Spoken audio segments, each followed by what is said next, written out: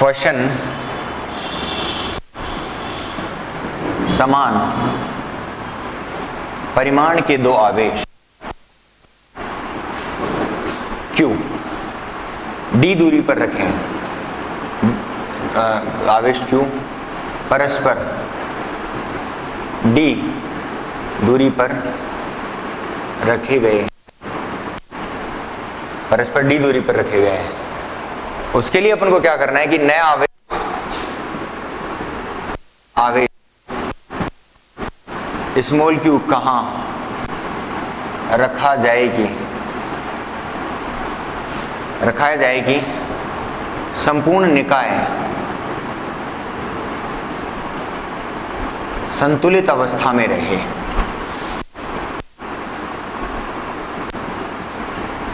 संपूर्ण निकाय संतुलित अवस्था में रहे।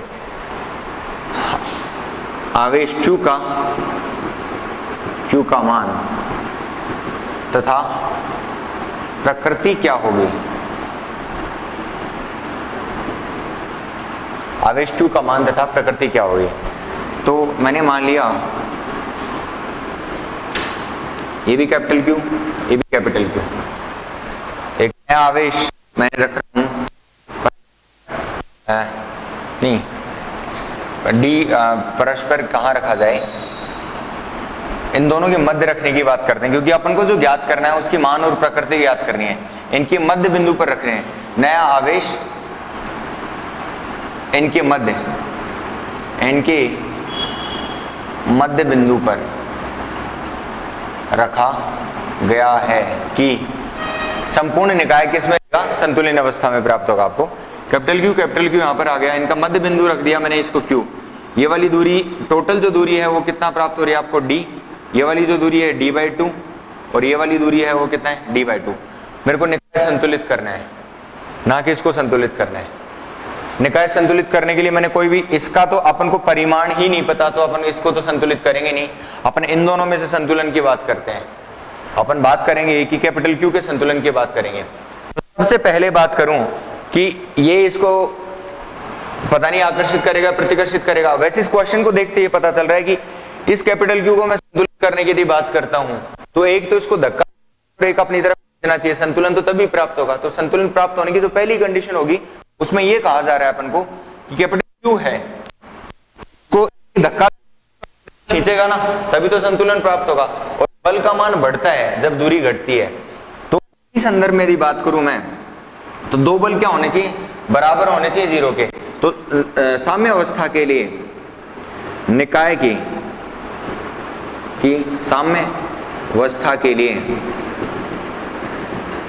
निकाय की साम्य अवस्था के लिए कैपिटल Q पर लगने वाला एक, कैपिटल Q कोई सा भी एक ले लिया मैंने, कैपिटल Q पर लगने वाला बल कितना हो जाएगा, शून्य होगा। अर्थात दो आवेशों के कारण, एक के आवेश के कारण कितना बल लगेगा F1 और दूसरे के कारण कितना बल लग रहा है F2। तो F1 प्लस F2 क्या प्राप्त होना चाहिए अपन को, जीरो प्राप्त होना चाहिए। F1 प्लस F2 क्या होगा, जीरो। तो इसकी वजह से इस पे बल और इसकी वजह से मेरे को किस पे बल निकालना है, इसके। तो F1 की वैल्यू कैपिटल Q के कारण कितना, स्मॉल q के कारण मैं देख रहा हूं इस पे बल लगेगा तो कितना हो जाएगा K। स्मॉल q के कारण कैपिटल Q पर जो बल देख रहा हूं वो कितना लगेगा K, capital Q small q upon कितना आ जाएगा D/2 का होल स्क्वायर, अपॉन कितना आ जाएगा D/2 का होल स्क्वायर।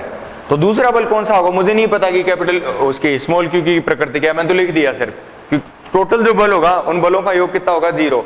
यदि बलों का योग मैं जीरो करता हूं तो मेरे पास टोटल जो वैल्यू आ जाएगी वो कितना हो जाएगा, जो बल होंगे वो दोनों बराबर होंगे। इसके कारण इस पे बल देख लिया, अब इसके कारण इस पर बल देखना है तो वो बल कौन सा, ये वाला बल कौन सा ले रहा हूं मैं F2 और इसका बल कौन सा ले रहा हूं मैं F1। अब पता नहीं क्या प्रकृति है दोनों की, ठीक है, कुल बल निकाल रहा हूं मैं तो उस पे, तो दोनों बलों का योग कितना करना है मुझे, जीरो के बराबर करना है। ये साम्य अवस्था के लिए कंडीशन होगी इस निकाय के लिए। अब यदि बात करूं मैं F2 की तो इसके कारण इस पर जो बल लगेगा वो कितना आ जाएगा प्लस Q, दूसरा भी आवेश Q है और दोनों के मध्य की जो दूरी है वो कितनी हो जाएगी, टोटल दूरी कितनी है D और D का कितना आ जाएगा आपके पास, जीरो। पक्षांतरण करेंगे तो कितना आ जाएगा K capital Q small q upon कितना आ जाएगा D² अपॉन 4 इज इक्वल टू माइनस का K Q² अपॉन डी स्क्वायर।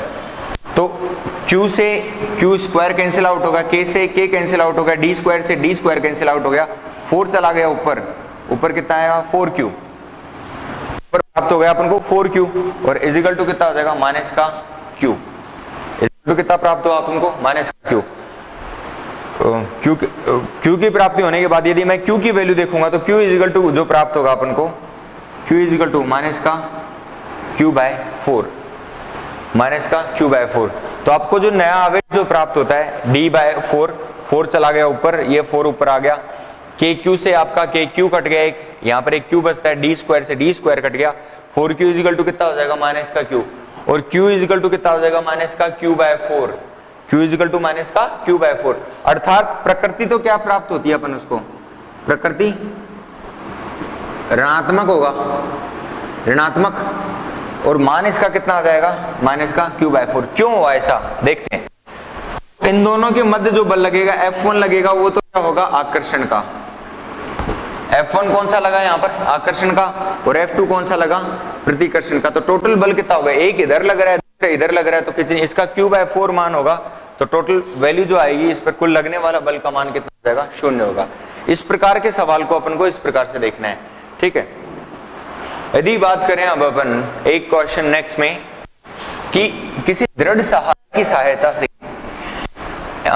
कोई भी छत है, छत के एक ही बिंदु से मैंने 2 रस्सियां लटकाई हैं, एक ही बिंदु है, छत है, एक ही बिंदु से 2 रस्सियां लटका दी। अब दोनों रस्सियां हैं नगण्य द्रव्यमान की, रस्सियों का जो द्रव्यमान मानना है अपन को नगण्य मान है। लटकाने के पश्चात जो उसके जो आखिरी नीचे वाले सिरे हैं वहां पर m द्रव्यमान की 2 गेंदें लटकाई गई हैं, जो गेंदें बिल्कुल समान आकार की हैं, आइडेंटिकल गेंद है, मतलब एक समान गेंद है, एक समान गेंदें हैं, मतलब आकार भी समान है उनका और द्रव्यमान भी समान है। दूसरी चीज दोनों को समान आवेश दे दिया मैंने Q और Q। आवेश देने पर समान आवेश मतलब एक को भी पॉजिटिव और दूसरी को भी पॉजिटिव, दोनों को पॉजिटिव आवेश देने के पश्चात उन पे क्या होगा कि दोनों एक दूसरे को क्या करने लगेंगे, रिपेल करने लगेंगे। रिपेल मतलब प्रतिकर्षित जब होंगी, तो प्रतिकर्षित होगा तो उनके मध्य कुछ आ जाएगा, ये माध्यावस्था थी, प्रतिकर्षण के पश्चात ये इधर जाएगी और इधर वाली इधर चली जाएगी थोड़ी सी, ठीक है। तो प्रतिकर्षण के पश्चात उनके मध्य d दूरी प्राप्त होती है, क्या प्राप्त होती है d दूरी।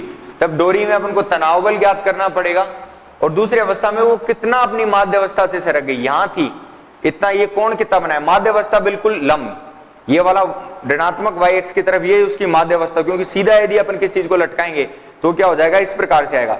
परंतु उसपे जब जो गेंद थी, गेंद पर बल लगा कौन सा प्रतिकर्षण का, क्योंकि दूसरी गेंद ने बल लगाया, उसके आधार पर उसको कितना प्रतिकर्षण मिलेगा, उसको माध्यावस्था से इतनी सरक गई, तो कोण कितना बना, ये वाला कोण बनेगा उसका, और इस वाले कोण को कितना बोलेंगे अपन थीटा। इधर वाली जो गेंद है वो कितना बनाए, इधर वाली जो डोरी है वो ये वाला कोण बनाएगी। तो उन्हें एक तो तनाव होगा और दूसरा क्या हो जाएगा उस पर तनाव, और दूसरा उस पर होगा प्रतिकर्षण बल लगेगा। तो उसके लिए अपन को कितना विस्थापित हुई, विस्थापित का जो मान लेना है वो अपन को किससे देना है, थीटा से, थीटा उसका कोण होगा। तो विस्थापन कोण, उन दोनों की बात करेंगे अपन। तो क्वेश्चन में मैंने क्या बताया, very important question is this, छत का एक बिंदु,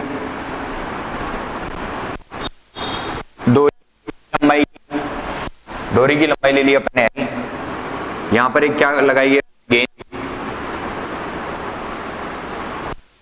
ठीक है, ये वाली दूसरी वाली द्रव्यमान का, तो 2 गेंदें हैं, इसका द्रव्यमान भी m है। प्रतिकर्षण के पश्चात तो क्या थी, प्रतिकर्षण के पश्चात दोनों क्या होंगी, दूर दूर होगी। तो इस पर एक बल लगाओ, कौन सा लगा, स्थिर वैद्युत बल Fe, E for electrostatic, electrostatic मतलब स्थिर वैद्युत। इस पर भी एक बल लगा, वो कौन सा होगा, Fe लगेगा, ठीक है। इसने जो कोण बनाया है यहाँ पर वो कोण कितना, इसने कोण प्राप्त होगा आपको थीटा। mg जो लगेगा वो कहाँ होगा, नीचे की तरफ, जो mg लगेगा नीचे की तरफ।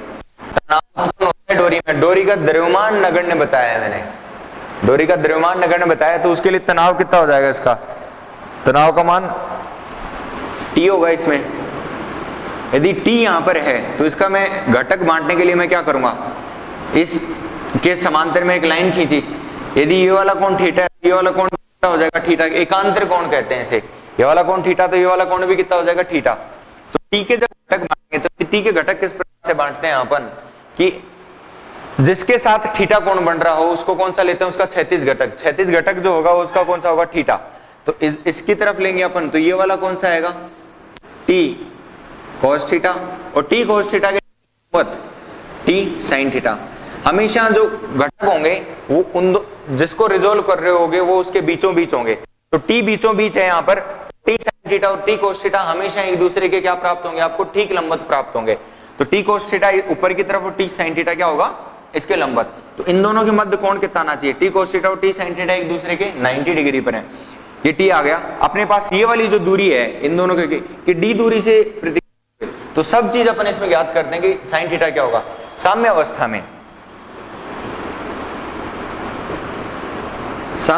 में क्या प्राप्त होगा अपन को, साम्य अवस्था में बात करेंगे। एक गेंद है, इसका टी sin थीटा उधर लग रहा है और एफ ई क्या लग रहा है, इधर। तो हमेशा जितने भी बल लग रहे हो कोई फर्क नहीं पड़ रहा, हमेशा उसको कितने घटक में विभाजित करना है, दो में। तो एक तो क्या होगा क्षैतिज घटक और एक क्या होता है ऊर्ध्व घटक। तो हमेशा जो बल जो क्या होंगे, संतुलित होंगे। तो ये वाले बल आपस में, इधर वाला लगने वाला बल और ये वाला बल, दोनों बल क्या होना चाहिए, समान परिमाण के होने चाहिए, तब साम्य अवस्था बोलेंगे। ऊपर लगने वाला बल और नीचे की तरफ लगने वाला बल दोनों क्या होना चाहिए, बराबर परिमाण में होने चाहिए, तब साम्य अवस्था बोलेंगे। तो एफ ई किसके बराबर होगा, F E is equal to कितना हो जाएगा, टी sin थीटा के बराबर होगा। समीकरण नंबर 1, क्योंकि ये कौन सी दिशा है, क्षैतिज दिशा, क्षैतिज। तो ये क्षैतिज वाला बल होगा, क्षैतिज दिशा। और ऊर्ध्व दिशा में यदि बात करें तो ऊर्ध्व दिशा में ये वाले बल होंगे। तो ऊर्ध्व दिशा की बात करेंगे तो कौन सा लग रहा है, नीचे की तरफ mg, और उसको बैलेंस कौन कर रहा है, t cos थीटा। समीकरण नंबर 2, ये कौन सी दिशा करें, ऊर्ध्व दिशा। अपन को किस किस का मान चाहिए, अपन को थीटा का मान चाहिए। तो सर्वप्रथम थीटा के लिए समीकरण 1/2 दो, तो समीकरण 1/2, तो t sin theta upon t cos theta, t sin theta upon t cos theta is equal to कितना आ जाएगा, F E upon M G, F E upon M G. तो t कैंसिल आउट हो गया, t कैंसिल आउट हो गया, sin theta upon cos कितना होगा, tan थीटा होता है बेटा। तो tan theta is equal to कितना हो जाएगा, F E upon M G. आपके पास थीटा का यदि मान है यहाँ पर तो किससे याद करेंगे अपन, थीटा इससे आ जाएगा। तो थीटा इज इक्वल टू कितना हो जाएगा, tan inverse F E upon M जी।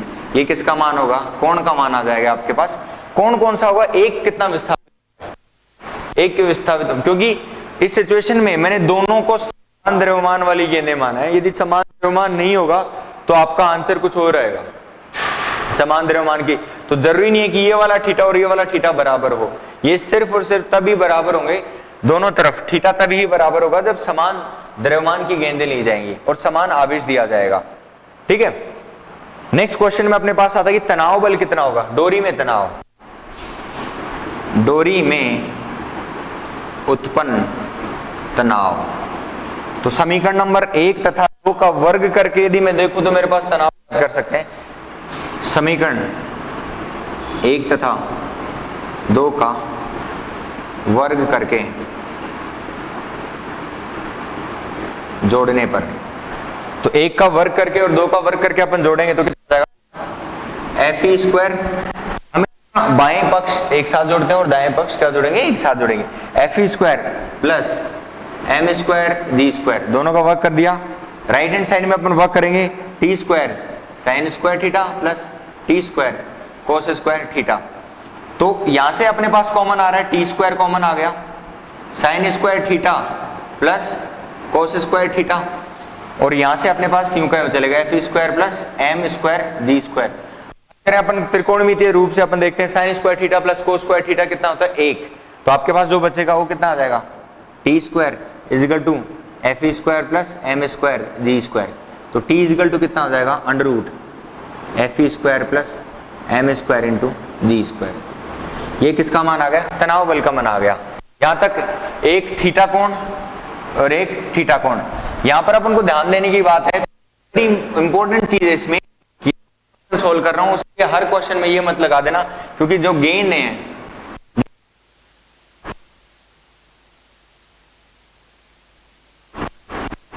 यानी श्रव्यमान द्रव्यमान तथा द्रव्यमान का मान क्या है, समान है। तथा दूसरी चीज अपन को देखना है आवेश समान दिया है, समान दिया गया है, तब थीटा कोण सेम बनेगा, अदरवाइज थीटा कोण का मान भी अलग अलग होगा। ये सबसे ज्यादा ध्यान देने वाली बात है।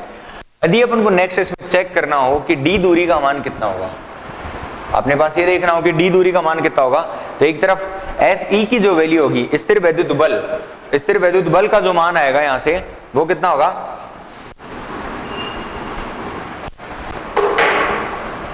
स्थिर वैद्युत बल दो गेंदों के मध्य दूरी कितनी है, टी।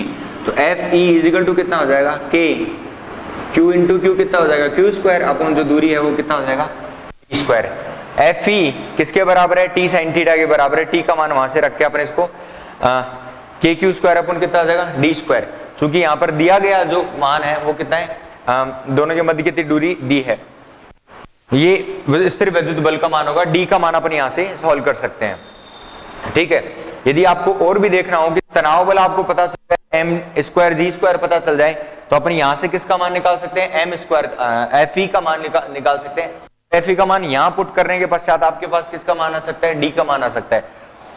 तो नेक्स्ट इसमें यदि अपन देखें, यदि नोट इसी क्वेश्चन में यदि दोनों गेंदों पर, ये क्वेश्चन अपने आप में एक, यदि दोनों गेंदों वाले निकाय को अंतरिक्ष में ले जाया जाए तो, अंतरिक्ष में ले जाया जाए तो आंसर क्या होगा, अंतरिक्ष में ले गए पर तो उस पे गुरुत्वीय त्वरण का मान कितना लगता है, जी।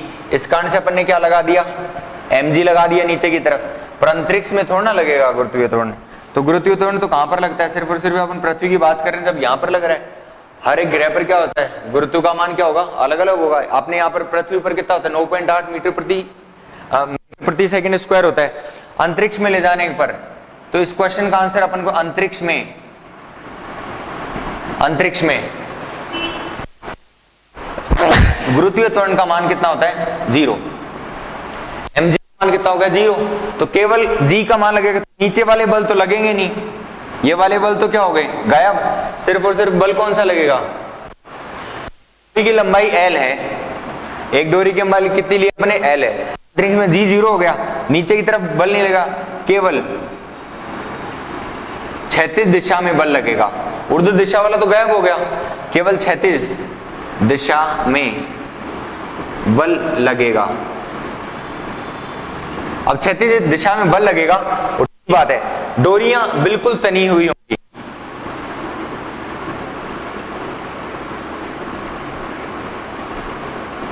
होंगी, वो किस प्रकार से, ये मध्य बिंदु था, ये छत थी, तो एक डोरी तो क्या हो गई, यहां पर आएगा, और दूसरी डोरी क्या हो जाएगी, केवल एक यहां पर लगा, ये इसको प्रतिकर्षित कर रहा है और इधर एक बल लग रहा है एफ ई, नीचे की तरफ कोई बल नहीं लगेगा, तो एफ ई। एक डोरी की लंबाई एल है, तो दूसरी की लंबाई भी कितनी हो जाएगी, एल।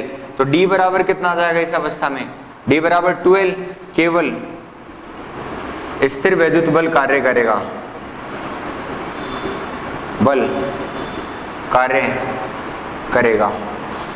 और एफ ई यहां लग रहा है, तो डोरी तनी हुई होंगी। अब डोरी तनी होंगी तो तनाव बल कहां कार्य करेगा, इधर, इस पे भी तनाव बल कहां कार्य करेगा, टी। मैंने ये भी तनाव बल किस उपरोक्त समीकरण से केवल स्थिर वैद्युत बल कार्य करेगा, तो टी किसके बराबर होगा, यहां से पता चल रहा है कि टी एफ ई के बराबर होगा। परंतु एक दूसरी अभी जो समीकरण मैंने यहां पे लिखी थी, उपरोक्त समीकरण से कितना है, टी की जो वैल्यू आई थी √ F E square plus M square G square. चूंकि g बराबर 0 है, तो t बराबर कितना आ जाएगा, एफ ई स्क्वायर प्लस 0 का स्क्वायर √ तो t बराबर कितना आ जाएगा, एफ ई स्क्वायर का √ इजिकल टू कितना आ जाएगा, एफ ई। तो यहां से अपन को जो प्राप्त हुआ, ये यहां से भी दिख रहा है कि t किसके बराबर होगा, एफ ई के बराबर होगा। तनाव बल का मान किसके बराबर होगा, एफ ई के बराबर होगा। तो स्थिर विद्युत जो बल है एफ ई का मान कितना आएगा, इस वाली सिचुएशन के लिए अंतरिक्ष में ले जाने पर एफ ई का जो मान होगा, डी का मान कितना, 2l। डी का मान कितना प्राप्त हो रहा है, 2L।